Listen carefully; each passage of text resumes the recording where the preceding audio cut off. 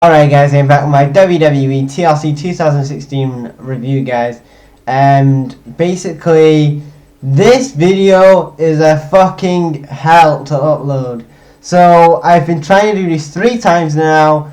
So I go on my computer and basically, I get on my computer to review this show. And the first thing I do is I go on the Movie Maker, I can review all the shows for pay-per-views and Raw reviews and SmackDown and shit like that.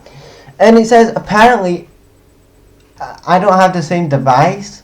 Like, the devices, like, Movie Maker was down or some shit like that. Like, I do not need this.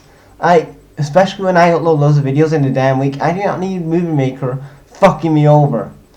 Anyway, I think the issue has resolved, guys. It looks like it has resolved, hopefully. But anyway, on to this TLC review. So, the first match tonight was for the tag titles. It was Heath Slater and Rhino defending the SmackDown tag titles against the Wyatt family. And I was going into this thinking that maybe the WWE was going to make Randy Orton a face again, and maybe end this Randy Orton and Bray Wyatt storyline thing. But it looks like the WWE have other plans, and they think that Randy Orton and Bray Wyatt might be a good tag team together. I don't mind them as a tag team, but I think the whole purpose of this feud was the whole purpose of Randy Orton going into the Wyatt family, I thought, was for him to basically turn on Bray eventually and elevate a Bray Wyatt. But it looks like now the WWE just want Randy Orton to just help Bray Wyatt win pay-per-view matches, it looks like to me. But Bray Wyatt and the Wyatt family go over. I thought it was the right result here. Slater and Rhino, they're kind of just the transitional champions. Them going, the Wyatt family going over, pretty cool there. So, Bray Wyatt and Randy Orton are your new tag team champions. Then we get to the second match tonight. It's an LDQ match. It's Nikki Bella versus Carmella. This was pretty decent, actually. We had a kendo stick spot, I think a chair spot. Nikki Bella's attire was like one of the UFC fighters. I think the Brazilian from Brazil. I don't know any UFC fighters. I only know that girl, that woman, that chick, and that chick. She had like the pigtails and stuff like that. So yeah, and then Nikki goes over, and then after the match, Carmella cuts a promo saying that back at Survivor Series, it wasn't Carmella who attacked her, it was Natalya. And then backstage we get a segment between Natalya and the interviewer saying that, was it really you, Natalya? And then she cuts a heel promo, so obviously it wasn't Natalya.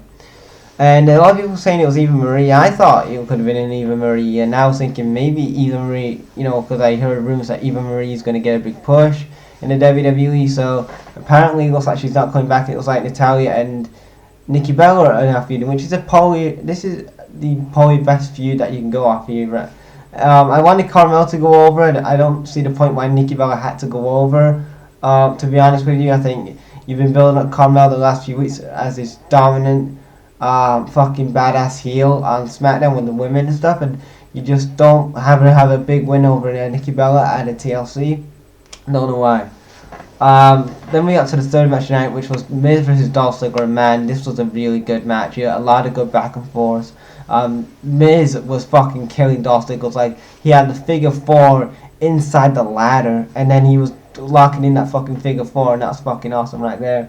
And then you had basically Dolph do like a DDT off the ladder, onto the ladder. That was pretty cool spot right there. Then he do a lot of basically counter attacks, and then at the end the Miz retains his title. And in my opinion, this has been a really good feud. And after the match, Miz cut a promo dedicating this win to Daniel Bryan and stuff. And yeah, I thought this was a really fun feud. I've been really enjoying this Miz and Dolph Ziggler feud, and I'm thinking to myself, maybe Dolph Ziggler could maybe potentially go for the WWE World title now, because I'm thinking that he's had so many great, he's just come off a great feud with The Miz, and what a great way to keep elevating a Dolph Ziggler by just, put him in the main event scene, because in my opinion, I know, like, most of this year, I've not been the biggest Dolph Ziggler fan. I used to be, but I thought he got stale, and then when he went over to SmackDown and feuded with The Miz, I just think he reinvented himself, man. And I'm slowly getting back into the Dolph Ziggler camp. So, you know what? Dolph Ziggler, I tip my hat off to you. My imaginary hat, I tip it off to you, man. Because you know what? you made me to be a Dolph Ziggler fan again. And same with the Miz. Like for so many years, I haven't been a Miz fan since like 2011. So hats off to the Miz as well, right there, for making me become a Miz fan again. Because you two guys have just made me fans of you again. And when you got guys like Dolph Ziggler and the Miz who can bring their fans back again, that's pretty cool, man. So yeah, and for the Miz, a lot of people saying that Daniel Bryan's going to face the Miz at WrestleMania. I don't know if that's going to happen or not. Possibility, but I don't know. I mean, it'd be cool if that happened. It's been built up pretty well on SmackDown the last couple of months, and it's one of the focus feuds on SmackDown, so why not? And then we have the women's tables match. It's not Nikki Bella. We have Becky Lynch defending against Alexa Bliss for the women's title. This was I don't know what can I say about this match. I wasn't entertained about this match. Much as I liked the feud, I just wasn't interested in the damn match. I just think that, in my opinion, the match was flat. And I don't know if it was the crowd wasn't into it, or Alexa Bliss and Becky had an off day. I don't know what it is, but in my opinion, I don't know, guys, what you thought, what you guys thought, but in my opinion, I really thought that this match didn't deliver like it did in Glasgow. In Glasgow, they had a really good match in Glasgow, but they should have really had a good match here. They had a good few spots for the tables and stuff, but I don't know. I found it hard to get into this match. But yeah, Alexa Bliss went over with the powerbomb. I think that was the right move there to put the title on Alexa Bliss, and it was a clean win. You couldn't say it was a bad win.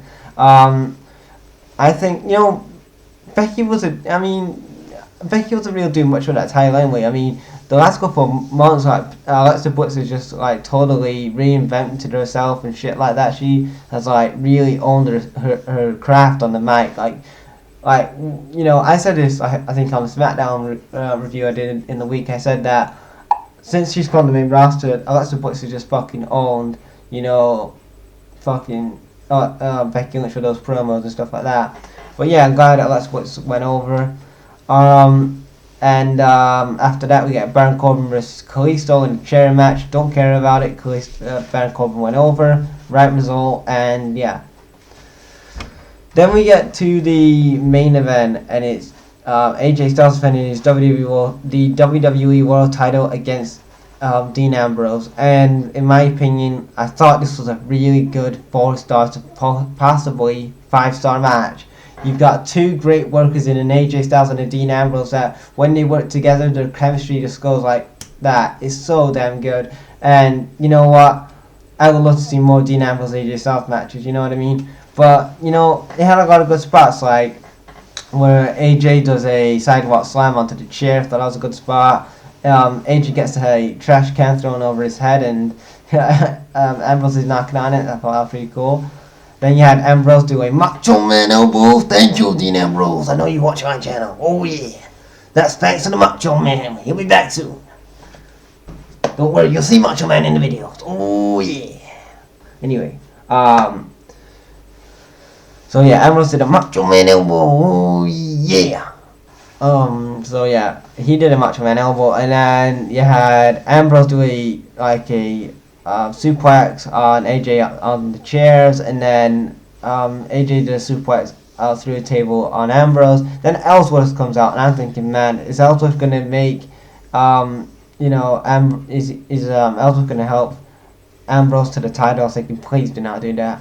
At the time where Dean Ambrose really needs a heel turn, do not WWE screw us over and have Ambrose as champion again. I don't want to sit through a Dean Ambrose championship run again. I like Dean Ambrose, but I think his character needs tweaking, man. You know what I mean?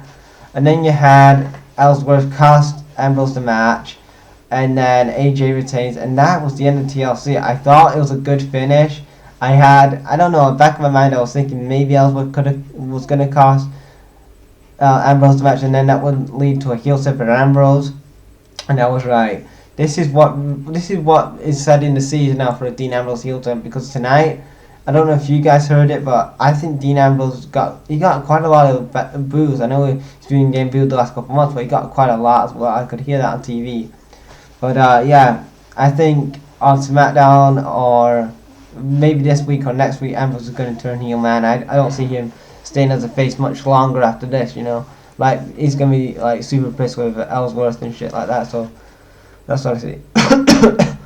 So, yeah, that's my WWE TLC 2016 review, guys. What do you guys think of this? Make sure you leave your thoughts in the comments, and thanks for watching, guys. Break out.